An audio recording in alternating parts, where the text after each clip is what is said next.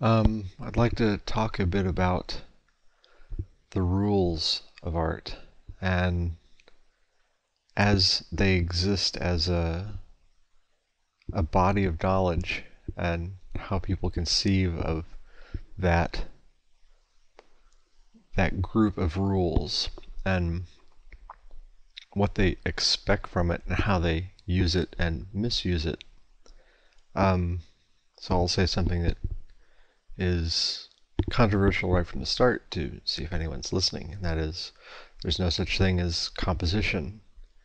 Um,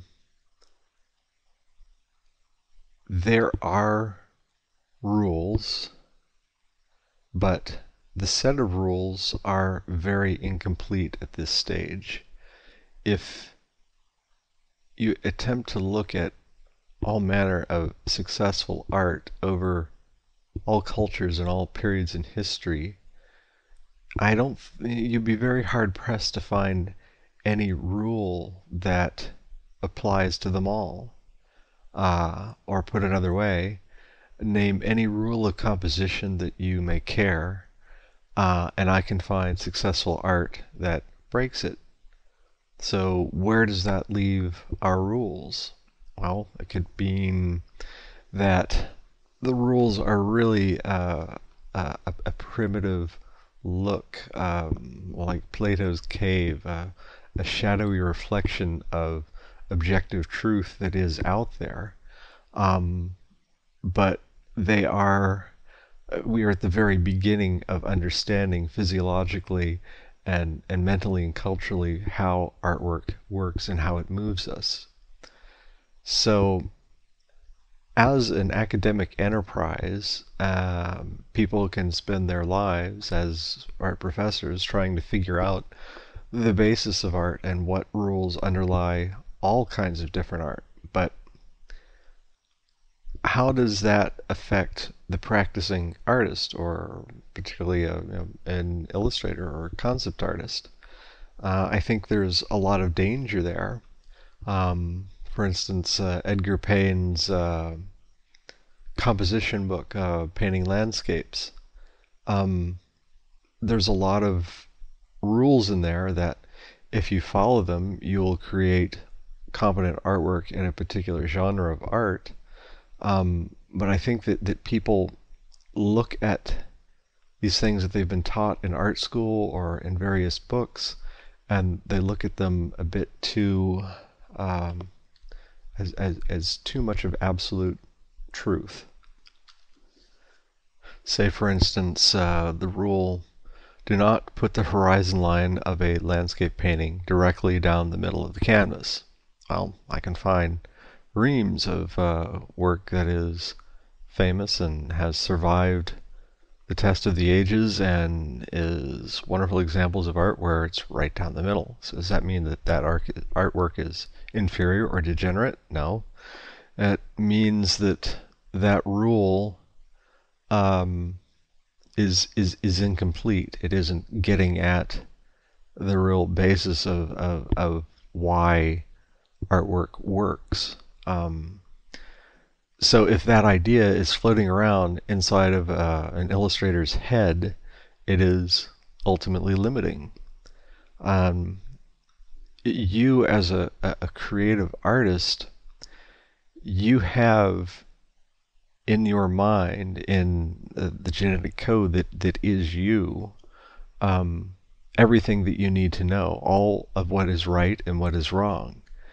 And doing that intuitively as opposed to following a set of rules, I think you'll end up making better artwork.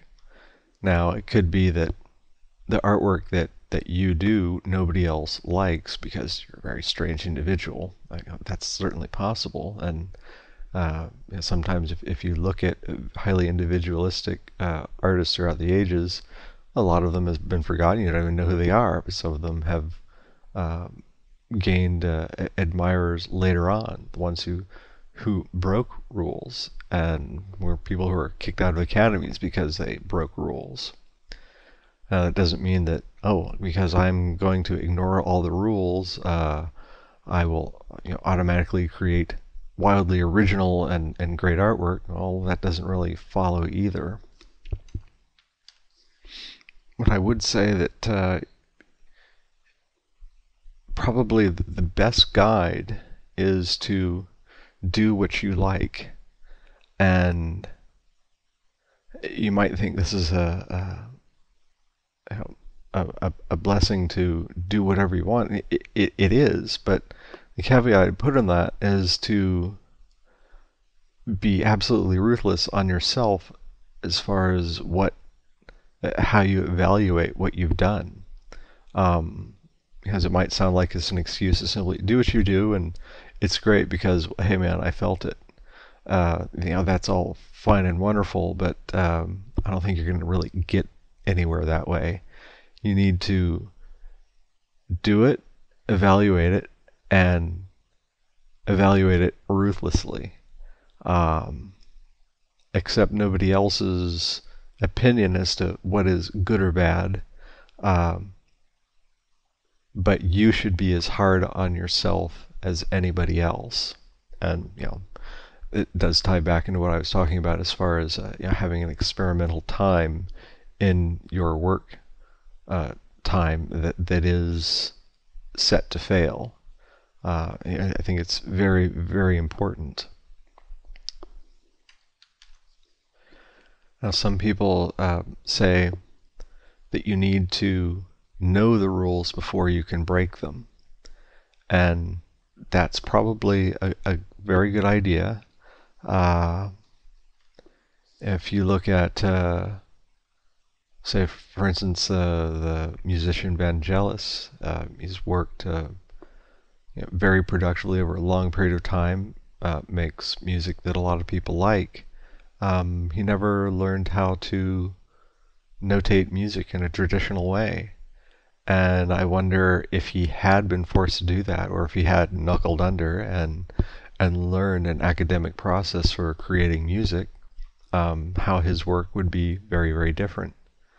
I think when you learn rules, you have to be very careful about what you let into your head, because it gets in there and at a subconscious level affects everything that you do.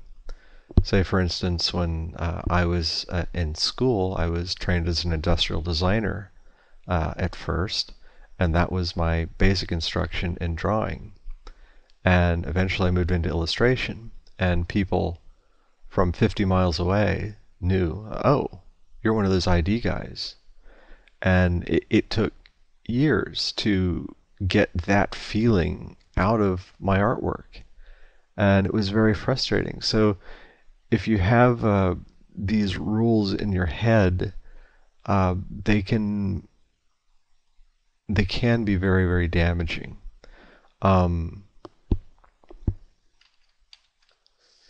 Maybe you need to listen to rules as they exist, but with only one ear open. You need to develop the ability to forget about the rules when needed. Now that's quite a trick, to be able to turn off a habit, because it does become a habit as you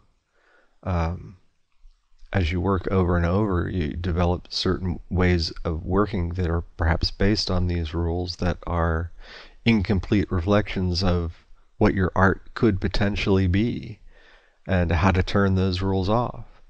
And that is, again, that's what I'm talking about, and having a definite scheduled time in which to fail, in which to reboot your brain time and time again, and work things up from the very beginning, and question every assumption that you make, and try to be as clear as you can about the assumptions that you are unconsciously making about art.